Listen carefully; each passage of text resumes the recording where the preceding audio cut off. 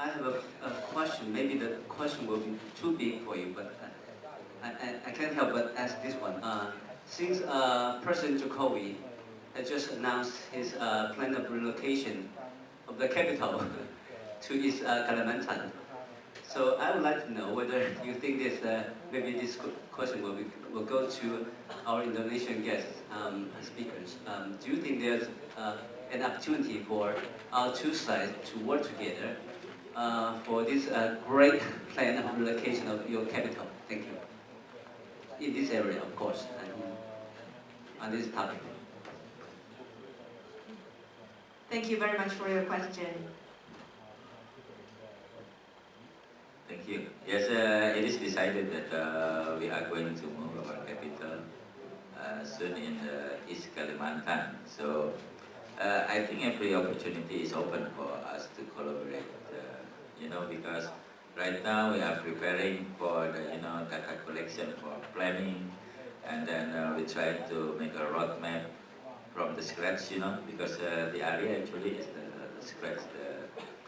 Mostly is the express land, exploitation land, and the dream is to have a smart capital city. So we should learn from our past experience with Jakarta. Jakarta actually, some people call it's not a city, it's a big kampung, big, it's a big village because it was not well planned. So, I think we don't, repeat the mistake for the new capital. We should make a better plan, and then, even in 3D, and so there is no duplication, there is no, overlapping work, overlapping job. So in the future, we will have a very, very good smart city and ready to accommodate or to support people who work for the government and also the economics around that capital. So sure, I think every opportunity is open for us. Yeah. And now we're in the very early stage of making plan in that area. Thank you. Thank you. Thank you, Chairman Virgil. Thank you. Any other questions from the floor? OK, 我们请工作人员把麦克风递给他。Thank you. I want to know about the cadastral mapping in Taiwan and 3D cadastre and related with the smart city here. How far the progress? I think we can learn about that. Thank you. Okay, I think Professor Joshua is a better person to present his ideas. Actually, what I'm trying to, in terms of the 3D cadastres, we're preparing for the 3D cadastral method, and also we have 3D building projects going on so that we can have 3D buildings. In addition to the nation topographic maps, we have 3D buildings, but we also have data, 3D building data from the cadastral agencies. And we already have projects that they're going on to, so that we'll be able to, based on the building survey data, so that we can construct those 3D buildings. And we are also working on, but maybe in the coming years, to apply the international standards. We are doing some research projects talking about the using of the land administration domain model, which is also ISO standards. And maybe in the future, we'll combine the 3D building data with the cadastral LADM data together to serve as the cadastral system for the coming futures. But maybe we can invite Professor John to this time, because he is the leading project leader for building the 3D building data, 3D cadastral data, based on the cadastral that we have in the others. So he will be the experts for answering these questions. Okay.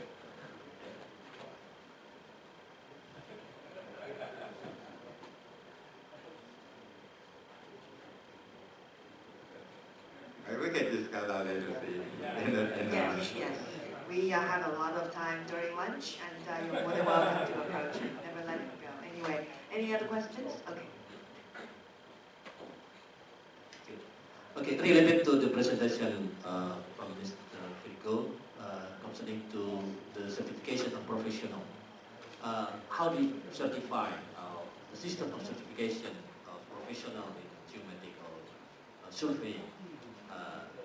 Please let me know the process or the system, whether using ISO or local Taiwan, or you have collaboration with other countries to certify. Because now we are making the system of certification in Asian countries, and we have started in Indonesia with ISO, with CAN, Committee Accreditation Nasional, refer to ISO 17025. Thank you very much. Thank you for your question. Maybe one of our Taiwanese experts would like to answer that question.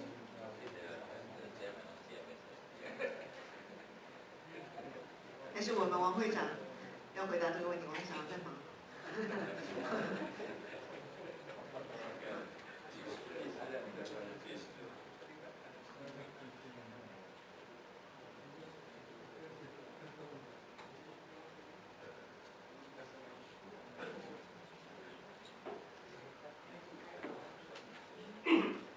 不好意思哈，那就我所知哈，技师认证的问题哈，我想这个有牵扯到我们政府相关的一个规定啊，它是我们台湾的技师法哈，就是今年刚有一些修正，特别针对就是所谓认证MRI这部分哈，也有做一些修正，为了更与一些国际上的一些相关哈，来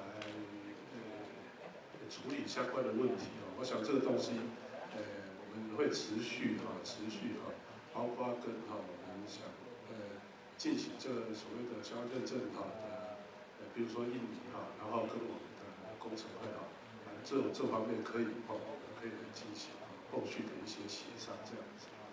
不过我知道就是说在这部分哈，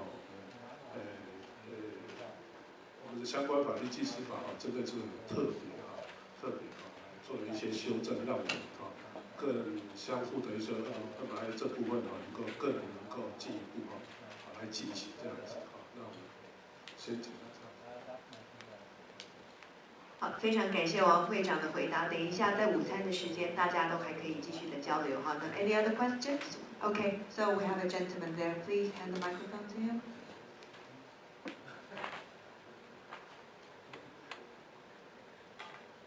Thank you. My question is addressed to Mr. Wu. As you present so nice with LOD 1 through 4, and I believe that maybe LOD 5 will go into smart system at the end of automatic. And how far it goes or integrate with the autonomous driving in Taiwan, your system that you develop now. Yeah, driving. Because the autonomous driving, they need infrastructure, the information about the road, high precision road. So, Okay. should be challenging next time. We have another expert, Professor Jiang. Maybe I give you a brief answer. Professor Jiang.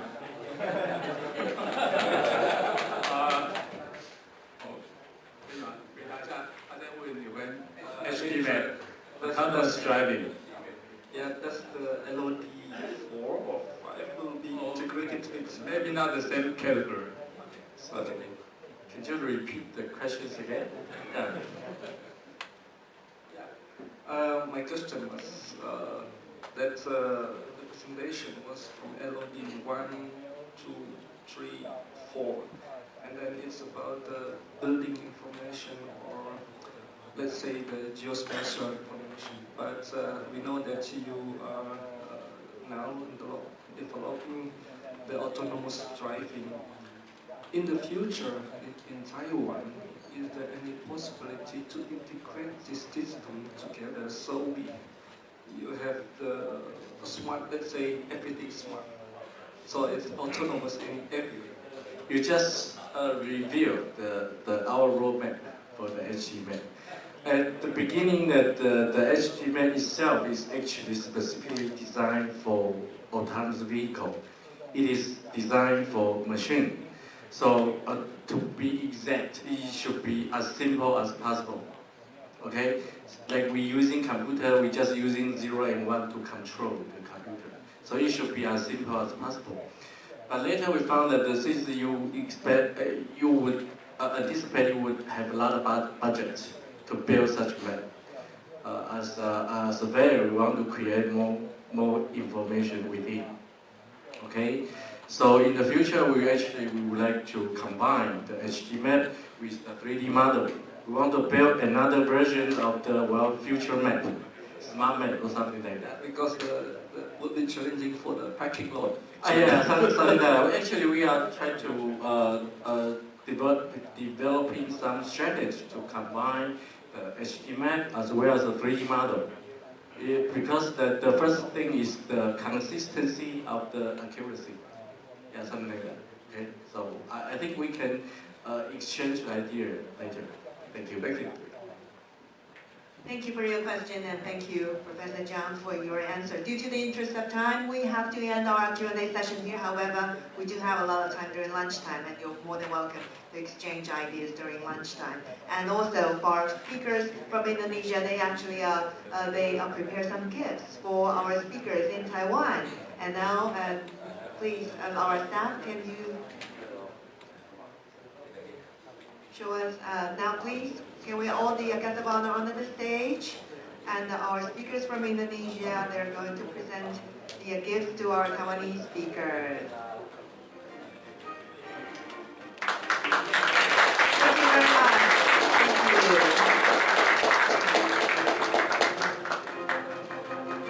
And also another gift for our Taiwanese speaker.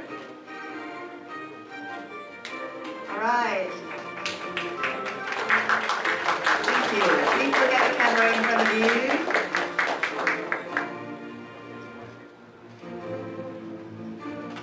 Okay, that concludes the morning session. Once again, please give a big hand to our four speakers on the stage. Thank you. Thank you very much. Thank you. Please return to your seat. Ladies and gentlemen, now we're going to have lunch break. And the afternoon session will begin at 1:30. And for our distinguished guests from the first two rows, please follow the instruction of our staff. Our staff will lead you to the restaurant. 好，我们前面两排的贵宾，请跟着我们工作人员的脚步前往餐厅。Thank you very much for your generous participation in the morning. And in the afternoon session will begin at 1:30, and we're going to have even more insightful talks.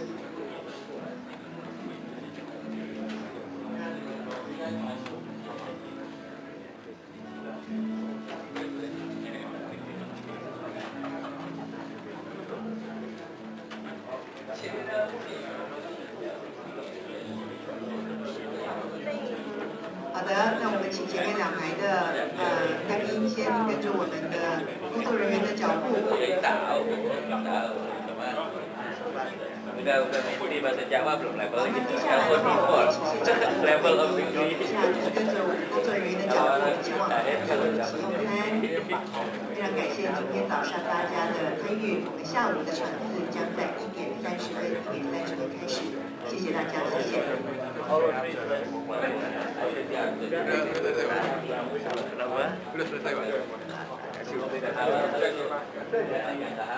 All of you had a very good lunch. 那我们接下来下午的场次呢，第一位要邀请的讲者是罗正方执行长，经纬航太科技股份有限公司的罗正方执行长。The first speaker of the session is Mr. 罗正方, the CEO of Geosat Aerospace and Technology Corporation. The topic of his talk is the unmanned system innovative applications in Taiwan and HD maps production. Let's please welcome Mr. Luo. Thank you, ladies and gentlemen, and all distinguished guests from Indonesia. My name is Chen Fang Lo. You can call me Max. I'm the chairman and CEO of the Geosat. On behalf of Geosat, it's my great honor to present you the unmanned system innovative application in Taiwan and HD maps productions. And Geostat is the leading drone company in Taiwan, and we also specialize in AI and remote sensing. And for the past few years, we also focus on robotic and AGV. And we are not good at from the design and manufacturing, and we also provide a professional service, aviation service for a lot of the authority in Taiwan, and also the training and the big data analysis is also our major income in Taiwan. We have several configurations of the drone, including the multi-rotors or the long endurance fixed wing, and up to the 6 hours and reach 800 kilometers. Also the helicopters with the strong wind resist and vertical takeoff and landing capability can use for reconnaissance and also smart UAV. We also have a new product just announced last month. That's the 3 hours flight, and we call it Mars with the gas engine, and can fly more than 3 hours. And drone market can reach the 100 billion market size by the year 2020. And we in Taiwan pretty much focus on commercial, which is the professional and serve for a particular purpose. And just like the construction or agriculture or any smart inspection for the green energy, or even applied to the real estate development cases, they all require the drone flight longer and carry more sensors, and even can collect more data compared to the consumer. So that's the reason, we'll become a professional skier and require a licensed pilot to do that in the future. And that we're equivalent to a drone-enabled service. And if we take a close look of the composition, you can see the area assessment, data collection, disaster response, or the early warning, and all of that require a lot of technology from surveying or geomatics to serve as a strong basic to do that. And you can see a very strong exponential growth in the future. And the first thing I want to tell you is about the smart agriculture, and use the drone in the sky and artiforce on the ground together with the IoT sensors can collect a lot of data for us to do the disease control or do the production prediction. And today, drones serve two primary roles in the smart agriculture 4.0. The one is aerial reconnaissance, which means combining the remote sensing technology and the multi-spectral. We can analyze the soil and the field is rich enough or not. Or even we can do the health assessment for illness pattern recognition. And another one is precise delivery, like area spreading, pesticide, or the even a spray distribution for the solid ground of the fertilization. It with almost 30 or 60 times faster compared to the traditional way. Not just related to the big data, crowd analysis, but also the last mile delivery, also important application in the future. Because the flight control computers that enable the drone can fly by itself with a pilot. The pilot is sitting in front of the ground control computer, and all the parameters and also information will data link through the RF telematic and back to the ground control computers. And depending on what your application is, and you should integrate the shoot or payload for that. And this is the example we are flying in Malaysia, and take advantage of the low flight about the ground. The helicopter right now fly about around 50 meters and can give you GSP less than 2 centimeters with just 27 million pixel consumer camera. So that's a really revolution of the remote sensing. And in Taiwan, we also mount a medium frame professional surveying level camera, which is the base one. And pixel. And we use this as an example. If you fly high, above ground is 300 meters, you still can get 3 centimeters accuracy, and I mean the GSD on ground. So you can see a lot of the texture, a little of details on ground. And that's also very important for the pattern recognition and for the AI for the process. So right now you can not just recognize a forest, you can identify a tree, like this is a banana. And since the last year, Taiwan, we established our regulation of the drone, and also stimulate the demands of the government different authority. So the area survey office of the Forestry Bureau, they established their drone fleet. Last year they mounted 2 phase 1. One is RGB and another one is near infrared.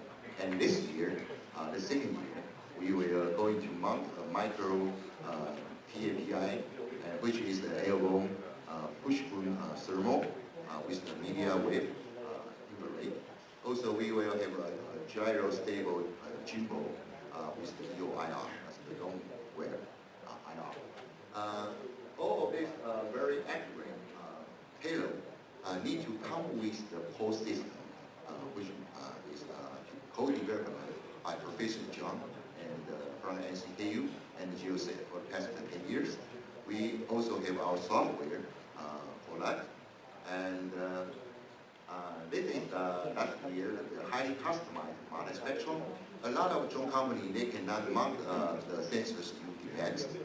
But in Taiwan, whatever the sensors you need, we can implement and mount on our cable. And this is can produce a pixel size for 4.6 micrometers. And for airborne thermal technology, this year our government wants to monitor the ecosystem and also for the forest management.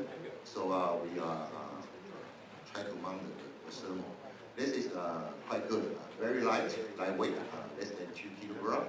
With the internal steering cooling system, can provide very high details of the thermal image, and also it can integrate with the LiDAR and also the geodesy pattern post. For the gimbal, which is EOIR and also high definition camera, which can team up with a mesh data network. The data network and the baud rate can up to the 25 million bits per second.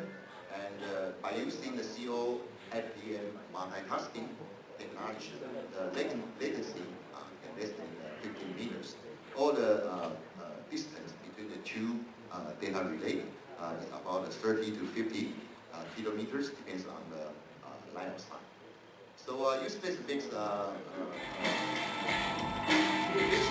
we already use a lot of Asian countries, from Malaysia, Indonesia, and Thailand, and Vietnam. And it only requires a very short distance, less than 30 meters to take off. And the wind resistance is wind power high level. And all either by our FCC and the city height is about 4,000 meters. This is the landing, and with the very narrow and traditional country road, you can do that. Another one is the outpost, the helicopters, which can carry powered by the battery. With the camera and the whole system, you can fly almost 1 hour. And we use this for collecting data on the phone. Also, you can instead you can put area spread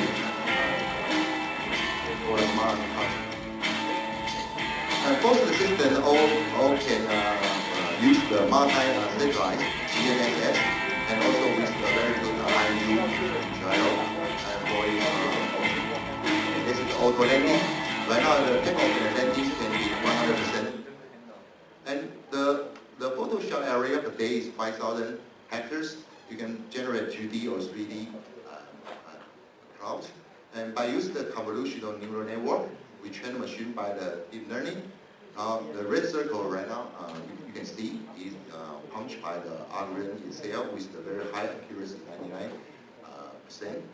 And this is another example. We scale up the farm, for example, the 10,000 hectares. That's huge. By using the fixed screen, it takes only 1.5 days. You can collect the data. And once you have the also photo and the DSM, it takes only 4 hours. You can label the totally almost $500,497. And with the each tree with the coordinates, centimeter label, and also the shape or canopy or health assessment, etc. Also, multispectrum is widely applied in the health assessment.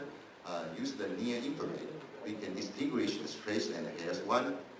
Thus, we use this one and mount it onto our parasol. It's only 2.2 kilograms, and with the parachute to auto landing, and very easy to use. In order to shorten my report, I will speed the movie. This is the business model we use in Malaysia. Just like we go to the hospital, the doctor will use the photo and to distinguish, for example, the green one area, which means the healthy one, and we only need to focus on the yellow and blue dot here, and to provide the treatment, and which is the nearest infected area. And in order to do that, we need to connect with the ground truth and with the aerial photo, and not just use the indexes, but also the pattern of that in the future. We can understand which type of the shape and the index, which means the EMS. And this is several cases we performed in Indonesia. We are in a very big, more than 100 million hectares PTPN, a huge company, and we need it. And we produced the topo map and 3D terrain model for them, and also use the multispectrum to inspect the units area. And also a lot of distinguished guests also visit GeoSat, for example, IDB University, and also Smart City delegation team visit us. Okay. We also signed a MOU with Trisaki University in May. So the pattern here is the same.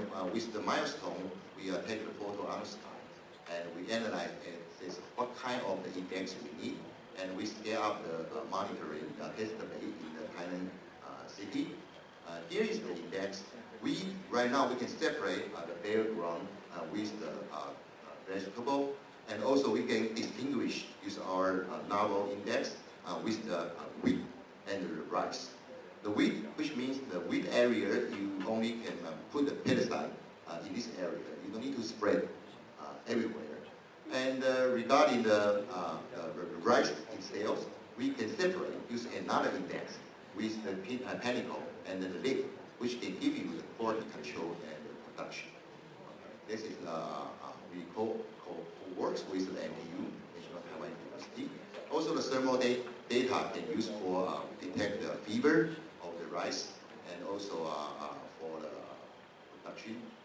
And once you know where it's wrong, and we will use the helicopter to spray it, and or even the HV to spray it on the ground. Okay, here's our president review our achievement this year. Okay, policemen in Taiwan also belong to the MOI. They use the drone to do the patrol. You also use the during the night. And customize the 360 camera for object photography is also very usual in Taiwan. With the, in the future, combined with the BIM, Building Information Model, and can serve as a smart city, very good basis. This is the case. We put the stadium onto a real landscape of them. And for the power grid inspection, not just for itself, but also the environment, the local neighbor area, we can analyze the landscape and through our survey technology, or use for the facility construction, monitoring, the progress. Also, the air pollution is also public concern. By using the thermal, we can tracking the VOC or the box of NOx. So our Environmental Control Bureau already used the drone to carry the aerosol or the carbon device, analyzer device, or even a simpler picture, and which can use for air pollution tracking. This is the CSIP we use an electrical nose, which is a chemical compound and detector. We use the different height of the drone and collect the sampling, then we can track. That's the few minutes we are to talk the HD maps. The global HD maps will grow with the annual rate at more than 80% in the next 5 years. So it is the key component of the autonomous car. Not just know where it is, you have to keep in your line. So which means the HD maps need to get the centimeter level accuracy. And not just the topology or the geometry of the line, but we also need the traffic rules combined with the layer. So which means all the autonomous cars teams will work with HD maps team together. This is the perspective of our MOI HD maps. And we are considered from 3 perspectives: the network info, or the role of situation, and the sensors from perception, or the route planning, and even autonomous control, all need to be considered together. So since last year, the Science and Technology, the Interior and the Economic Affairs, 3 ministers, they cooperated together, and 2 huge test beds in Taiwan. This is Taizhou, and another one is Tainan. And we established a real seed, and also with the measure by our geospace and mobile mapping systems. We have 200 hertz and almost 1 million per second point, and we with IMAR from German with a very good IMU. This is the point cloud, the Tainan. So this is the standard operation, how we collect the point cloud, and also use the ground control with stimulus. And we can see this is the vectorized of the line or the detail. So every square centimeters we have a couple of points. Sometimes we are over 10 points. And we design definition of the vector mapping there already ready. And we can see the horizon plane resolution can reach the less than 5 centimeters. The 3D will be around 5.7. And in our country, we hope we can have the 27 centimeters in horizon, and also less than 30 meters in height. So our result of the high HD maps is quite good compared to the required. This is another in Tainan, also 3 centimeter or the 5 in height. And in the future, we will put more semantic attribute onto the map. And no matter you are a bulk scale or the normal distribution like data, and that still depends on what kind of the sensors you need. And we will retrieve the necessary comply with your sensors and to service. So the use for the HD maps in Taiwan will for the shuttle bus, or in GeoSat we use for the smart logistics.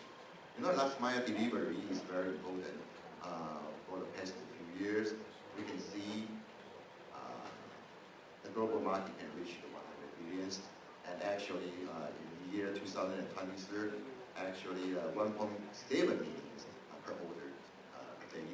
So that's a huge market.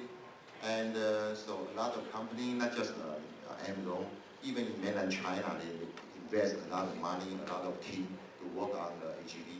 And in GeoSat, our perspective, we believe combining the UAV for the long distance in the remote area, the rural area, and within the short distance, let's use the AGV small car, and they can do a lot of benefit for the smart delivery. So we can see a lot of innovation application already on the world. So this is the follow me, or this is very good. You can see the line. I want to show you this. You can see this is outdoor scenario with the sensors and the very good GNSS. Actually can do a lot of good navigation, localization, perception. And this is another one for autonomous farming, for the mowing or the spraying. Also in smart manufacturing, this is the indoor scenario with the visual scan, visual capability. And the robot right now can become a swarm, which means depends on your how heavy or how big the volume is. The robot can call more robots to join together and formation to carry stuff. And it is very good with collision avoidance and also can move in very smoothly with the indoors. The collaboration between the HV is very precise. Can reach the centimeter level, 2 centimeters. So that can use a lot of semiconductor or even a precise farming for the farmer. This is you will see this in Singapore next year, according to the Airbus. I don't know how long the people are there to sit on the table, but if you change the passenger to the goods, this can be implemented, I believe, within the 3 years. And this is the river. Wherever the car cannot move forward, the drone will take to another side of the river and put on another platform. So they will team up together. And all of this all require HD maps, not just on the ground. In this case, we still need a 3D HD maps, even a vertical plan of the building for the whole city of 3D model. In shortly, Jill said that we work on the system integration with the hardware part. We use our fundamental traditional photogrammetry and image processing in the surveying field. And right now, we also team up with artificial intelligence expert. We totally together to accelerate the AGV and UAV development in Taiwan. And our president encouraged us to go south. We definitely want to find a strategic partner in Indonesia, not just in industry, but also in the academy. We hope we can work together and we can let unmanned system become more promising. Thank you very much and for your attention. Thank you. Thank you. Thank you. Our next speaker is Engineer Bambang Gatot Nugroho, and the topic of his talk is high definition map. Now let's please welcome Engineer Bambang Gatot Nugroho. Thank you.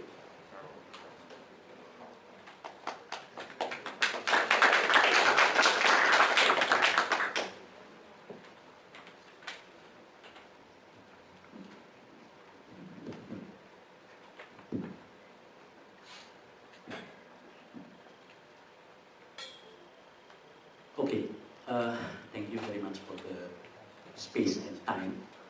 Before I start the presentation, I would like to give you bad news and good news.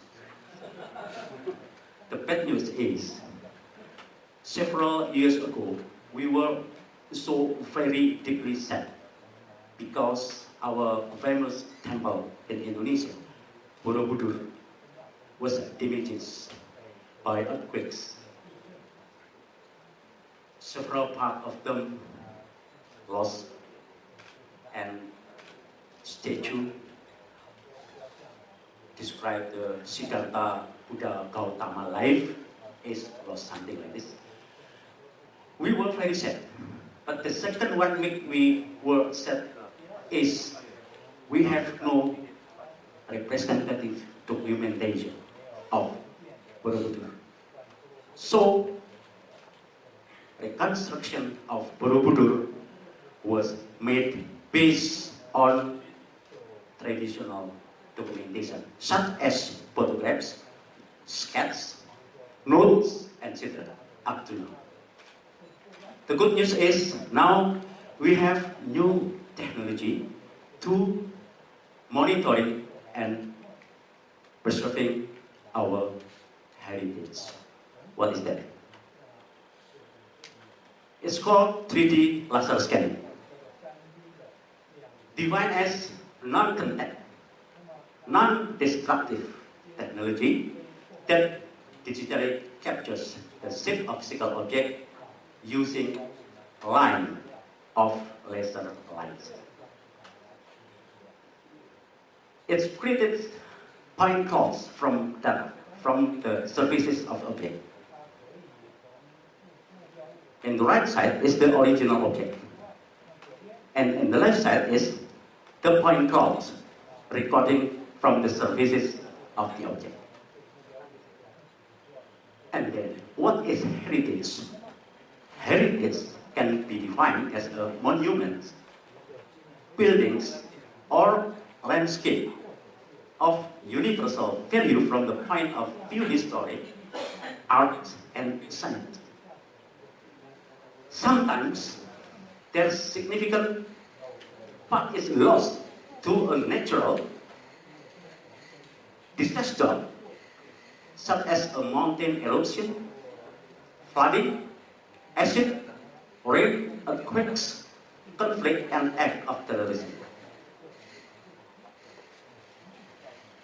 I will like to describe you, if we are using the conventional survey, this is the conventional survey, how slowly to get 1 point, we need 5 seconds. But if we are using the 3D laser scanning survey, what is the benefit?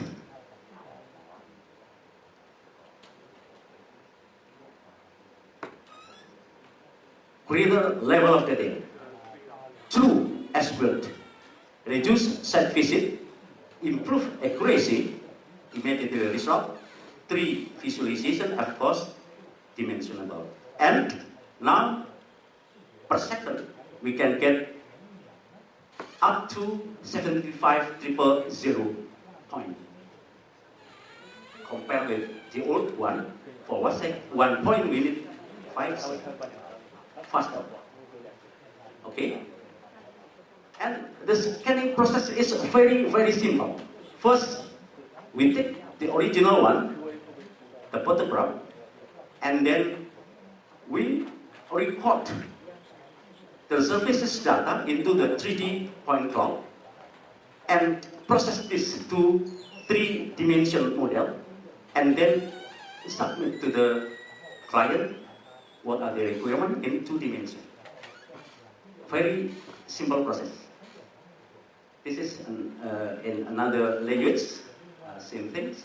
First is the original, and then we produce the point cloud, make the model, and convert to the AutoCAD, translate into the civil engineering languages or architect engineering languages, like this. There are so many various applications of 3D laser scanning. Shipbuilding, land survey, road bridge survey, dimensional survey, and of course, similar with our topic, we're talking about the heritage documentation. What about accuracy? We have checked in the piping measurement in oil company. Sorry. If the object to the laser scanning position up to 75 meters, we can get the accuracy for up to 3 millimeters. Repeat, millimeters, not centimeters. And etc.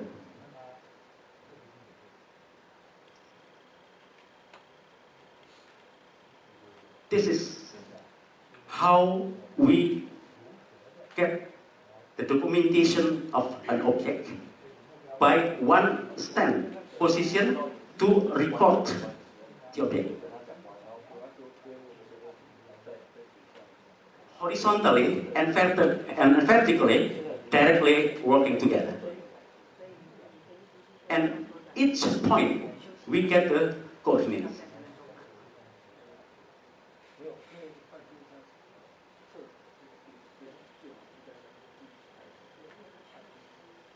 Okay, this is the point cloud.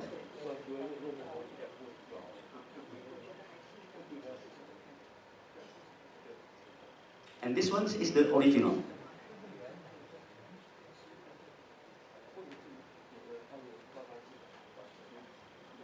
Okay, this is our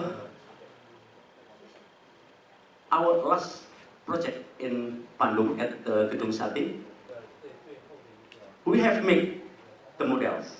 We have made documentation of this Gedung Sate.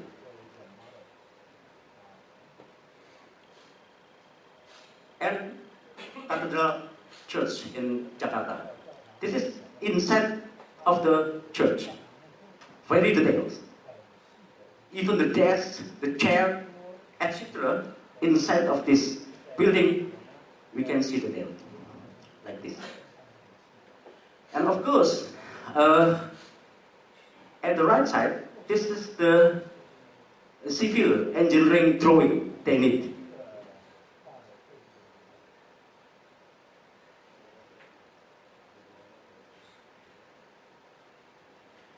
Very detailed, even the architect, and that is from outside it, like this.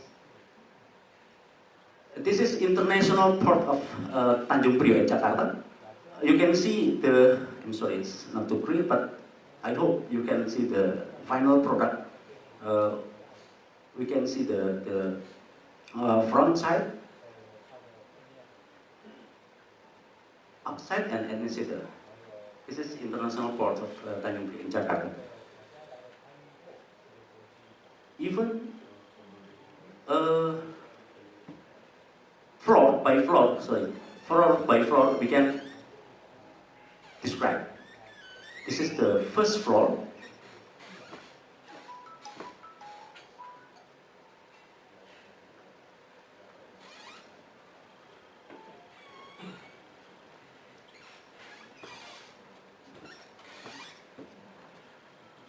Very detailed documentation.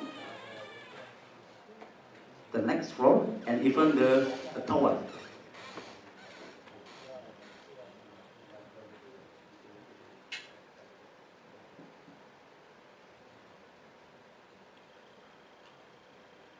Like this.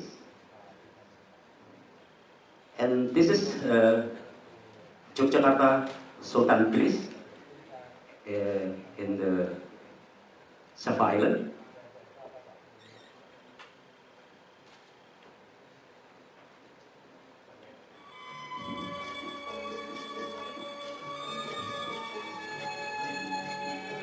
With traditional music. This is Yogyakarta Sultan Place. We have documentation. If something happened, burning on something happened for this one, we have documentation like this.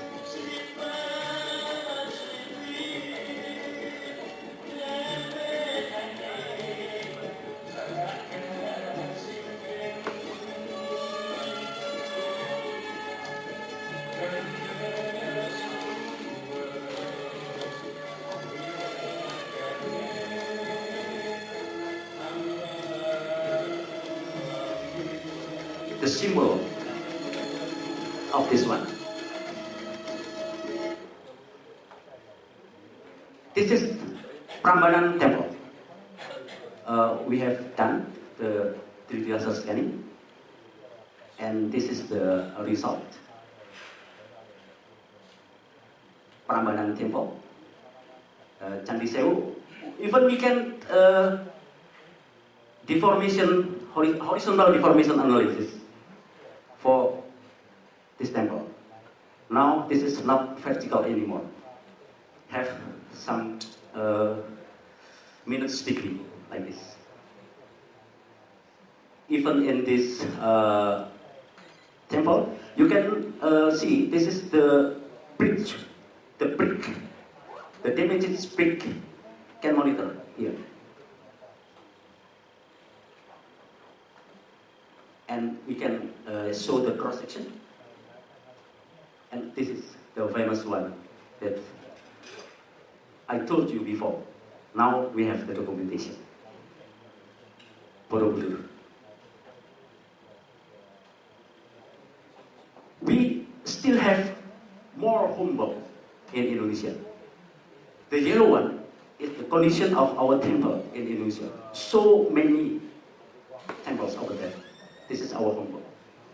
This is in Sumatra, so many list of temple. West Java, in central of Java, Yogyakarta, East Java, even in Bali. And this is the sample of heritage. As I told you, this is our homework. 1,000. West Sumatra. Even in Jakarta, we still have so many homework.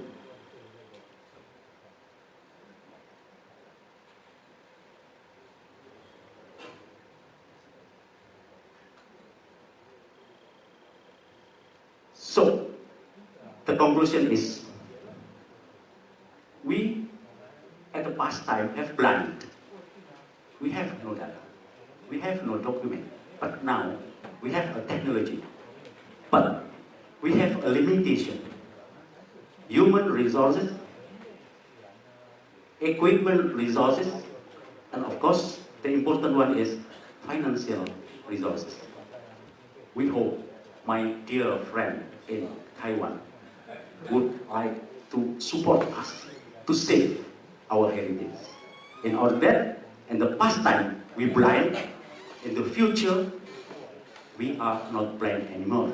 Like sing of song, was blind, but now I see. Thank you very much. Stay safe. Thank you. Please remain on here, and we're going to have Q&A session. So 我们可以请工作人员搬2张椅子上台. We're going to invite Mr. Bang Bang, Dr. Nugowo, and Mr. Luo onto the stage once the chair is set. And we're going to receive a few questions. We're going to take a few questions from the floor. Due to the interest of time, we probably can only take 2 to 3 questions. So make sure that you seize the opportunity to ask our 2 experts on the stage. 好，那我们现在现场开放问题。那因为时间的关系，我们可能只能开放2到3个问题。现场有没有任何的问题都欢迎提出来，我们台上2位专家来为各位解答。Any questions from the floor? Now the floor is open. Oh yes.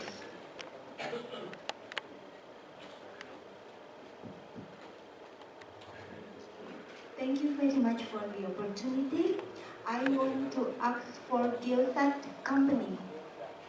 Yeah. The first question about monitor plant growth. You said that you described that the plant growth is based on the height of the plant.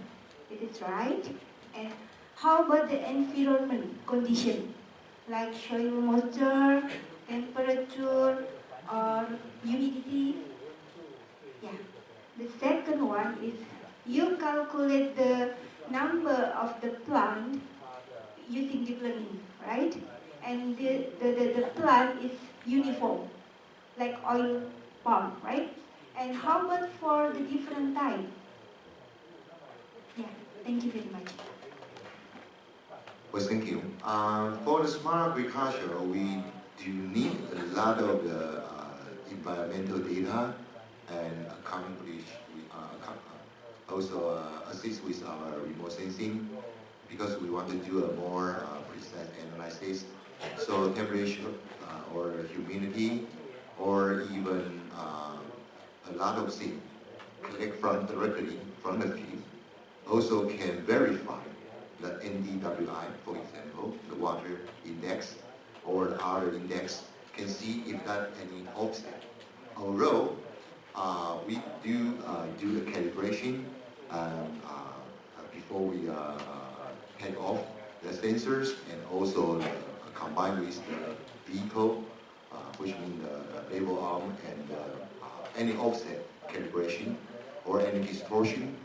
But still, because the radiation of the solar and all vary a lot, so we need to take this data in the field to do more calibrations. Okay. And that's the reason why in Taiwan we also work with the IoT network. Currently they have a lot of things, especially we need to measure the how to say that the meteorology, but with micro scale, and the wind is very important, especially we want to do the low flight. So that also is also very important.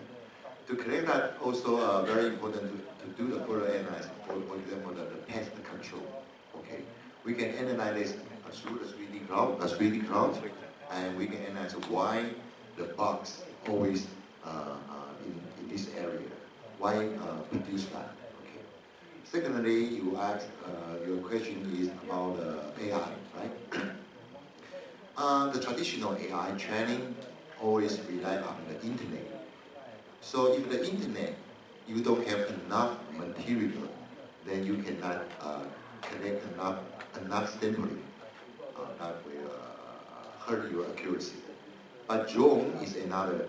Drone or AGV is an active way, okay, to collect the data in unknown area.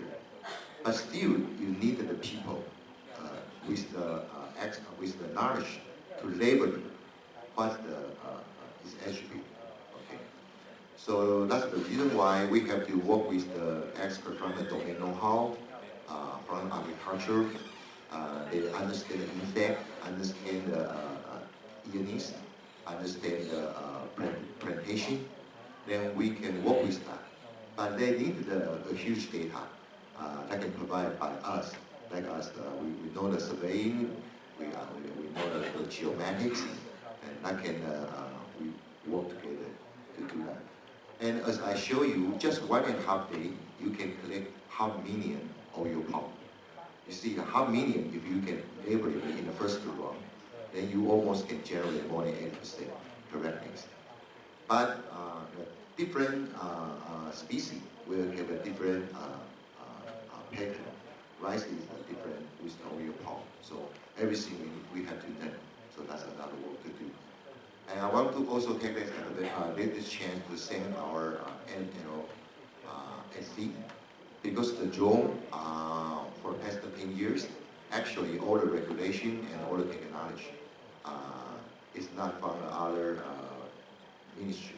Actually, it's give the birth of our drone is from the NLSC. Thank you for the director. Thank you very much. And also, Washington. Thank you, Mr. Lo, for your answer. Any other questions? Okay, please. Thank you very much. My question to Jisa. First is, yes, regarding the vehicle you have. As you know that Indonesia has a problem with disasters, like tsunami, earthquake, and so on. Yeah, can we put any sensors to your vehicle to detect bodies as well as buried bodies? Second is, we have also the problem with oil spill. So I think we need something mobile to be installed and can fly anytime, anywhere from any limited space. It's very useful for Indonesia. Yeah, like just very similar to Indonesia, and except the volcano. Okay.